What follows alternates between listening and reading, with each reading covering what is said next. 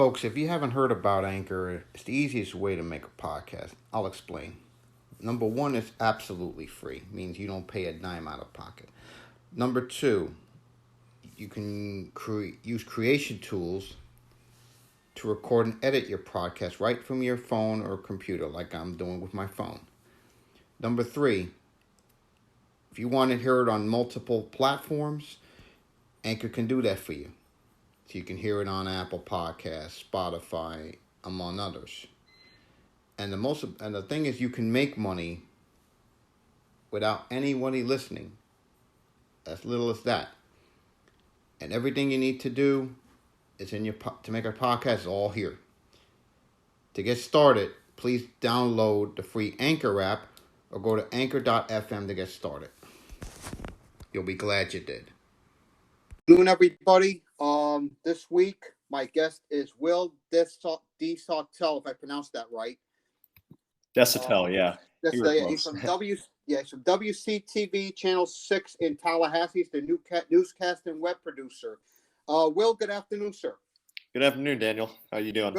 Good. A couple things I noticed. I was watching tape before we came on, and I looked at Florida State last week. I could tell they had the same problem we've had this year, missed tackling, and it showed. As good as Milton is, Travis is without Travis, you could tell how different FSU looked. Absolutely, yeah. I mean, Jordan Travis, he was the week one starter for a reason. I think everybody just assumed when Mackenzie Milton came in, transferred from UCF based on his illustrious career there before the gruesome leg injury that everybody knows about, that he was just going to come in and assume control of the job. But throughout spring practice and into fall camp, really, Jordan Travis was the clear number one guy. And that's why he was named the starter in their week one game against Notre Dame. Struggled a bit early in that game, threw 3 interceptions, but he showed what he can do. And also in terms of visibility to push the ball down the field and create explosive plays in the passing game. The issue with Travis has always been that he's had trouble staying healthy. And I know last week wasn't necessarily a great example of that. He was out with the flu, but you just see how dependent Florida State's offense is with him. Without Travis in the game, without Travis's threat on the ground with his legs, they struggle to run the ball a lot more, even though they have 2 very good running backs in Lawrence Toafili, Jayshon Corman, and Trayshawn Ward. Really 3 good running backs, but without Travis there, the threat of him, it allows defenders like NC State did last week to be able to key in on the running backs a bit more. And Mackenzie Milton, he's a bit more of a refined passer than Travis is, but Travis definitely adds that more explosive element than Milton does. Yeah, I noticed that too. I know Milton before the injury was some would say even better than Travis, if I'm right on that. Right. Yeah. Definitely. Since that leg injury, listen, nothing against Milton. Milton, a great story either way. Yes. But like you said, Travis is a whole nother animal. Absolutely. Yeah. Yeah, and I noticed in the last 3 meetings against Miami, where Florida State, I was at the 2018 game, by the way. Okay. I'll tell you, the reason my Florida State lost was turnovers. Yeah. In the last 3 games against Miami, -4 in turnover margin. -4. You're just not going to win that way. Right. Yeah. And, that's been an issue for Florida State at times this year. They're negative in the turnover margin this year. And part of that was, early on, Travis struggled with his turnovers. And then Milton started a few games in the middle of the season there before Florida State went back to Travis a few weeks ago with the Syracuse game. But like I said, the 3 interceptions against Notre Dame, that was probably the difference in that one. And with that, it's been a lot of close losses for Florida State this year. So, and right now they've got to win their next 3 games to close out the regular season to be bowl eligible. So, and you could definitely make an argument that the turnovers have been a big reason why they have to go 3-0 down the stretch and maybe not 1 or 2 games instead of 3. Yeah, I noticed FSU. I mean, yes, there's been some improvement this year, but yeah, I've seen FSU this year. I mean, you lose to Jacksonville State, and then you're impressive against North Carolina. I don't know. Is this like a Jekyll and Hyde team? It's at the beginning of the season, absolutely. But I think what's happening is you're just starting to get more continuity all over the roster, particularly with the offensive line.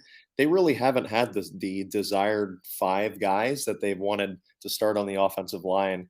Really, only a couple of times this year they had them start in week one against Notre Dame. And then, really, the first time we saw those five guys out there again was only a couple of weeks ago against against North Carolina, like you said. So that's been a big part of it. And also, again, just getting Jordan Travis healthy, getting him more reps in there rather than just going zigging and zagging between the two quarterbacks with Travis and McKenzie Milton. It's created more of an identity for this offense. They've been really good on the ground over the last month. I know they've struggled the past couple of weeks on the ground because Clemson, their game against Clemson, Clemson's still an elite defense for all the struggles they've had offensively this year. Still a lot of talent on that side of the ball. And then North Carolina State, too, one of the best run defenses in the ACC. And without having Travis in there, having to rely on Milton, that kind of neutralized the run game a bit there. So, but overall, when everybody's been healthy, and that's been a big question mark for Florida State, it's an offense that has shown it can put points up on the board. Yes, yes, indeed. I mean, here's the thing I noticed when I was watching, when I looked at the first half drive chart. To give you an idea, last week when Miami played Georgia Tech, Miami in the first half drives, 339 yards total offense to just 78 for FSU last week against NC State. I'll tell you this. If Miami has a game like that against FSU without the turnovers, I have a feeling it's going to be like what it was last year at Hard Rock. Because last year at Hard Rock, it was an absolute beatdown. Right, sure was. And yeah, I remember watching that game, and you kind of had a feeling going in that Miami was significantly better, just the spark that De'Ara King had given that offense. And, Miami right now has an interesting quarterback situation of themselves. Yeah, Yes, indeed. With Travis Tyler Van Dyke. Right. Yeah. So, King comes in. He's expected to propel this Miami team, I think, to be a contender maybe for the ACC Coastal and the ACC title. Nobody anticipated Clemson was going to be as down as they were, but I think a lot of people, including myself, expected Miami to be at the top of the conference. But now De'Ara King's out for the season, and I got to say, maybe you can speak more to about how Tyler Van Dyke has looked, but I don't know. It seems like to me over the last month or so, Van Dyke has come in and given this team a spark, even absolutely. if he's not. I mean, everybody's saying this guy, Travis. I'll say this about our fans about Tyler Van Dyke. Van Dyke's the real deal. I mean, he gives us the threat we haven't had here in quite a while, and that's the deep ball, and that's something defenses have to respect. They have to respect that. Yeah, I mean, yeah, I've just watching them over the past couple of games. I think you saw it against Virginia, and then of course Georgia Tech last week. Miami just for whatever reason it seems to be clicking more offensively with them. And the other thing I noticed too with Miami, Manny Diaz, it's been an interesting dynamic with coaching staffs and among the big three Florida schools. You have Dan Mullen, that whole stuff going on at Florida. Manny Diaz has kind of been on the hot seat all year, but he seems to have kind of slowly been climbing out of that over the past year. And I've kind of argued for all year. It seems like Mike Norvell, shockingly, has the most job security of any of these two big clubs. What has been the fan base talk like about? Everyone said early in the year when Norvell's seat was hot that they would say go after Dion. Well, is that more noise than anything else? Yeah, I really haven't heard anything about Deion Sanders coming to Florida State, but I don't think some of the fan base, of course, is going to be impulsive and say, we got to get rid of Norvell. But there has been no chatter about that around the program at all. I mean, even though the wins haven't started to stack up yet, these players, they clearly are buying in to what Mike Norvell and the staff is trying to do here. And, it seems like I haven't been down here for that long. I only moved here last year, but everybody I've talked to said, in the Willie Taggart era, everything was a little bit disorganized. And at the end of the Jimbo Fisher era, everything was a bit tense. But since Norvell has gotten down here, it's a lot more organized. Players are buying in a lot more. And it seems to be a much more sustainable culture that guys are buying into. And it's something that they can build for and be excited about in the future. Yeah. How much have they, I'm thinking, you said improving the culture. How much have they shown since the beatdown at Hard Rock last year? A lot more. I mean, I think it was tough coming in last year for Norvell because And of course, COVID, of course, being a big issue for them. absolutely, yeah, no spring practice, doesn't really their strength staff doesn't get to come in, find out what motivates different guys. They really just didn't get a lot of practice time, and their quarterback situation, they didn't really have a go-to guy at the beginning of the year. Last year, the week one starter was James Blackman, who was since in the middle of the season transferred. Then they threw a true freshman in there, Tate Rodemaker, in, who just clearly wasn't ready yet. And then by week three, it was against Jacksonville State, actually.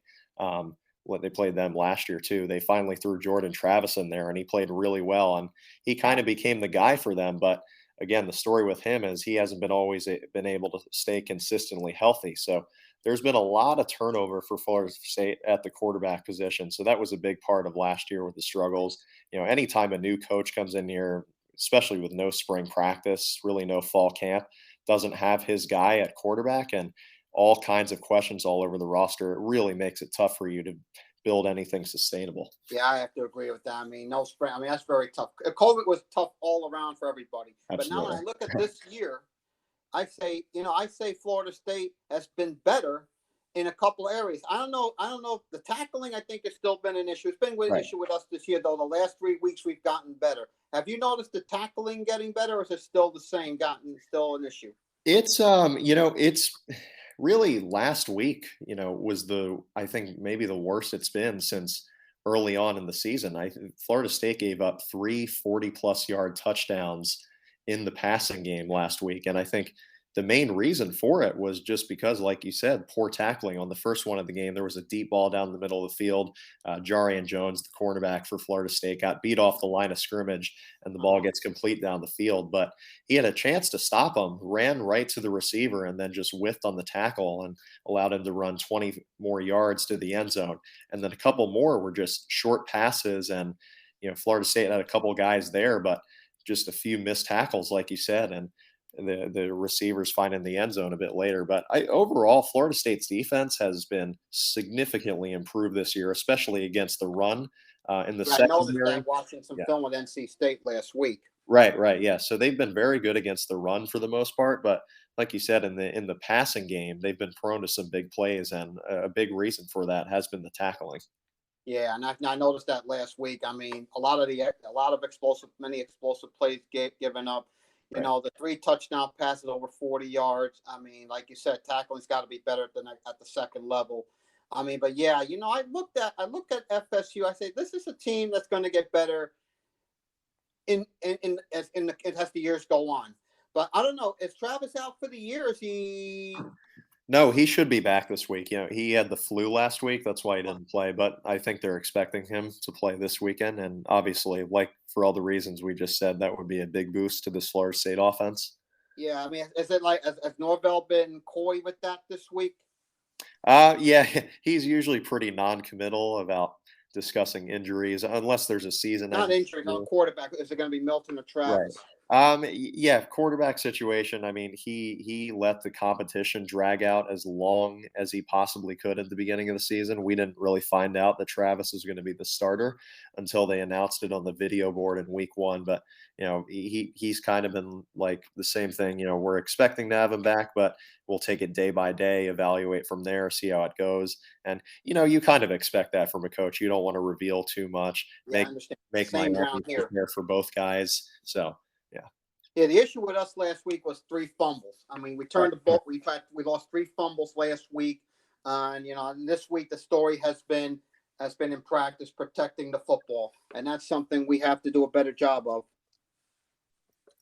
Yeah, Florida State. A couple of turnovers last week. That's not an area they've excelled at particularly. Only forced one of those last week.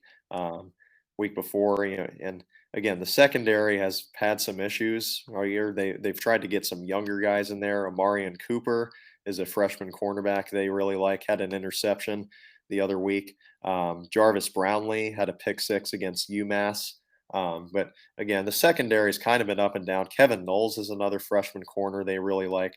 But and then on the defensive line too, Keir Thomas is really starting to come along. I think a lot of people know about Jermaine Johnson, the Georgia transfer. He's had a terrific year.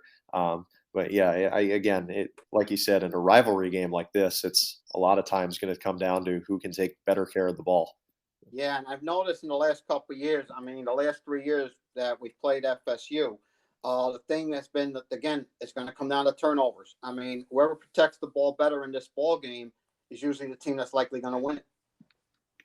Right. Yeah. No doubt. And like we've talked about, it's probably going to come down to that again, especially Florida State. It's going to be probably the biggest crowd, one of the bigger crowds that they've had at Doak Campbell Stadium this weekend in a while. They packed the house for the Notre Dame game in week 1. So I think key for Miami is going to be getting off to a fast start on the road, being able to We did manage. that against Pittsburgh, by the way.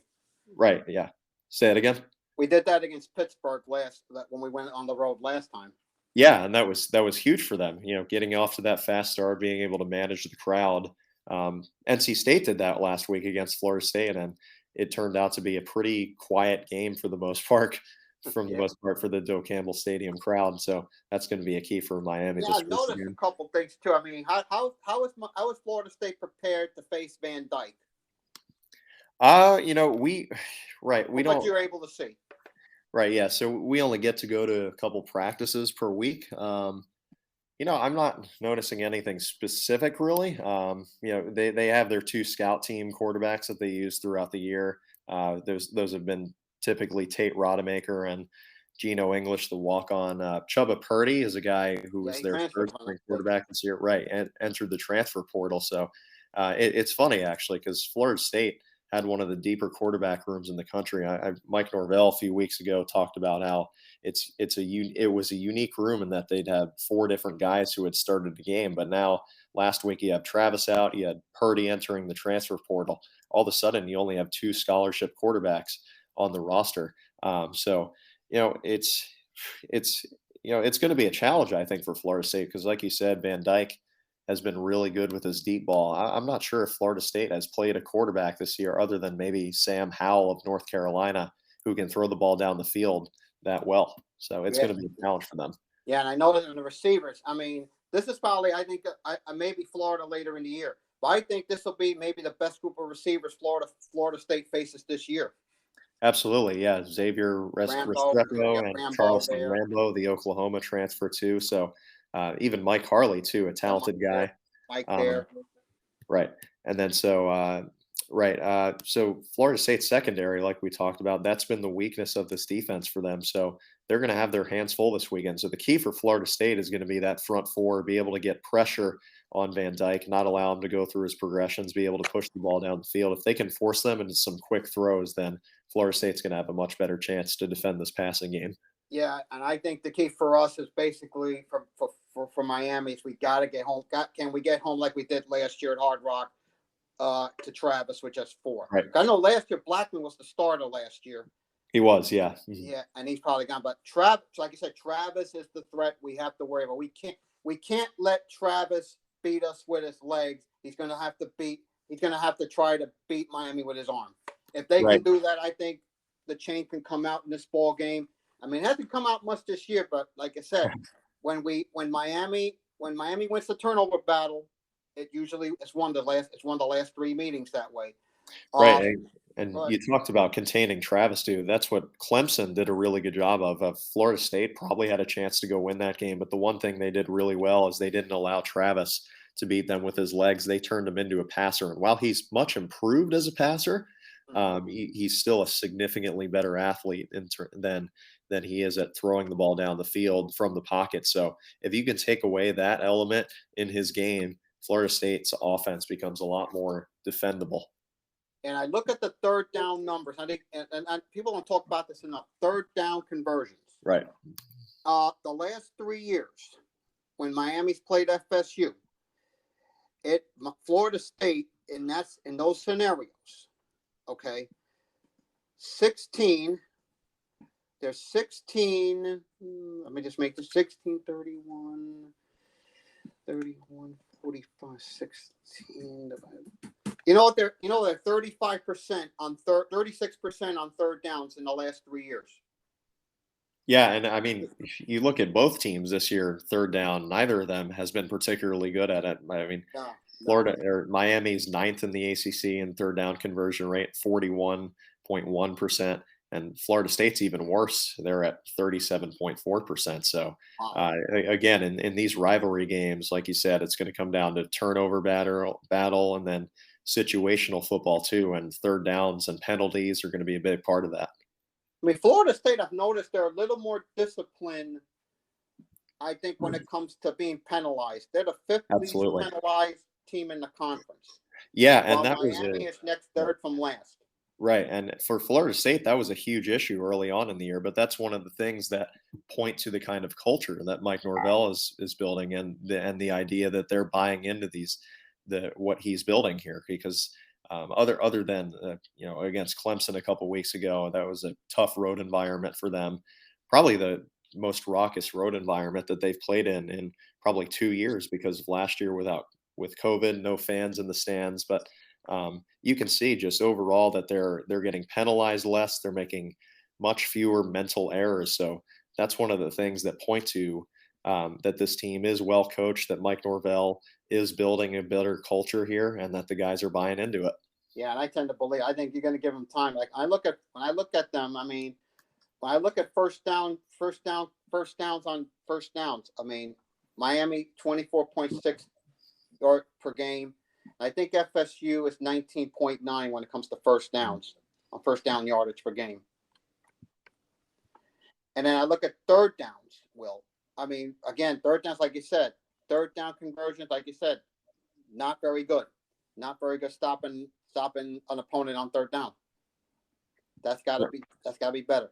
Will, before I let you out of here, give me a prediction for the game on Saturday. Yeah, I think this is, other than last year, of course, not a very good game, but I expect this one to be much more competitive this time around. And I don't know about you, Daniel. I feel like we're going to see a lot of points in this game, personally. I think Miami's defense has often struggled a bit, and we've talked about Florida State. While they've defended the run, they haven't really seen a quarterback other than maybe Sam Howell of North Carolina who can push the ball down the field. Very good group of receivers too, and the secondary has been vulnerable, particularly with allowing big plays and tackling at the second level too. So I think we're going to see a lot of points in this one, but ooh, I'm having trouble deciding who's going to win this game. Quite honestly, it will all depend on the availability of Jordan Travis and how good he's feeling going into it. So it's all contingent on that. I think Travis is going to be ready to go though, and I think because of that, Florida State is going to be a lot more difficult to defend offensively. So, but I just don't. I think Miami is going to be able to score a few more points than Florida State, especially with this suspect secondary that Florida State has. So I'll take Miami to win 31-28. I'm going to say the same thing. If Travis plays, and you're saying he is, from what you're saying, Will, he is going to play this game, correct? Sounds like it, yes. Yeah. Okay. With Travis in this game, I know the issue has been running quarterback, and he brings a different dynamic. And I know what's up there at Doak. I think if Miami gets off to a fast start and we don't turn the ball over, and they don't turn it over, I think Miami wins this game comfortably. Like if you heard Tyler Van Dyke last week, he said Miami won, yes, but they left points on the field because of those turnovers. If they don't turn the ball over, Miami wins comfortably. Yes. If it's like last week, it's going to be close. But I think in the end, I'm going to go. I think it's going to be a runaway, but it's going to be close for a little while. But I think second half, Miami's been a strong second half team this year. I'm going to go Miami 38, Florida State 21. So Will, listen, thank you so much for coming on today. Have fun on Saturday at the game, and I'll talk to you soon. Let's stay in touch. Thank you so much, Daniel. Appreciate it. Anytime.